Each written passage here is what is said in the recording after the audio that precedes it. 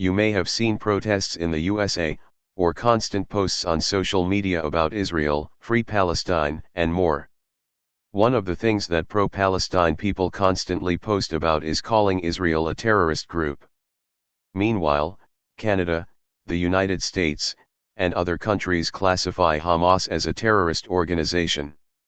Others only consider the military wing a terrorist group.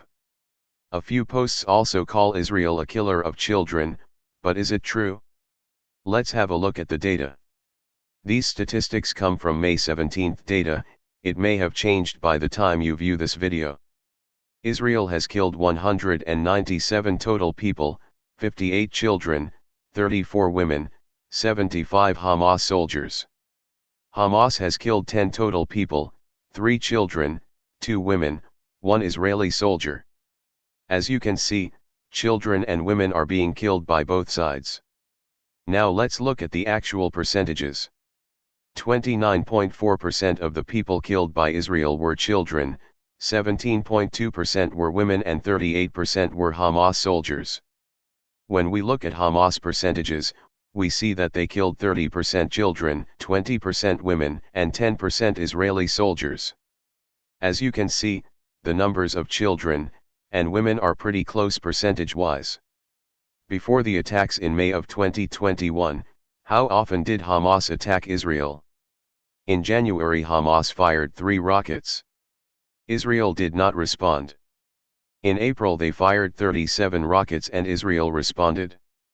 Then in May Hamas fired rockets again, which began the current conflict. Now how about protesters and supporters of Palestine around the world? How have they responded? In Germany, protesters attacked a synagogue. We have seen a lot of anti-Semitism in Germany over the years, so that is not a surprise. However, in Canada they beat Jews in the street, and in Israel Palestinians burned 3 synagogues. Some supporters have gone even further than the normal Free Palestine mantras, now also calling for all of Palestine and Israel to be given to Palestinians. When you hear, from the river to the sea, that is what it means. All Jews and Zionists should be removed from the Middle East, and the Palestinians should rule all of the area that is now Israel. From the Jordan River that borders Jordan, to the Mediterranean Sea, which is the western side. Supporters on Facebook and other social media sites also love to find pictures of a small percent of Jews in the United States, who are against Israel and Zionism. They feel that this validates their cause, and invalidates the existence of Israel. They also cheer in the streets and on social media when the rockets are fired from Gaza. However, we must also say that some Israeli citizens also do the same thing when Israel bombs Gaza. These events sicken us, as they treat a war as if it were a football match. These type of people do not value people's lives, only showing sadness when they hear or see stories of children dying or being homeless. The only real gripe that Palestinians and their supporters have that may be close to terrorism, are the evictions and roughing up protesters that is done by Israel.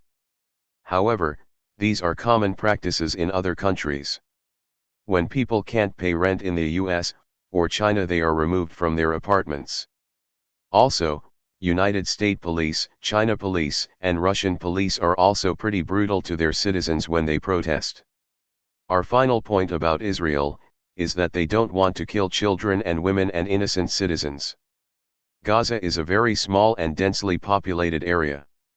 In this photo you can see that they had to use deceit to lure Hamas away from civilians so they could only kill soldiers and not civilians.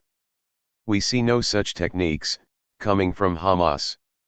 They are more than happy to send over 3,000 rockets into residential areas. They also have evidence that they didn't bomb an area when they found children there. As you can see in this photo, that is a clip from a news article. These facts prove that CNN and other news outlets' claims of genocide and targeted killing of civilians are incorrect. Many civilian deaths in Gaza are also caused by Hamas, as over 300 missiles have misfired, fallen into Gaza territory and killed their own civilians. With all these points considered, we think that Hamas must be given the edge, and they are the winner of the terrorist Olympics. According to this post on Twitter, anyone who supports terrorists are terrorists. So one final question, does that mean all supporters of Hamas are terrorists?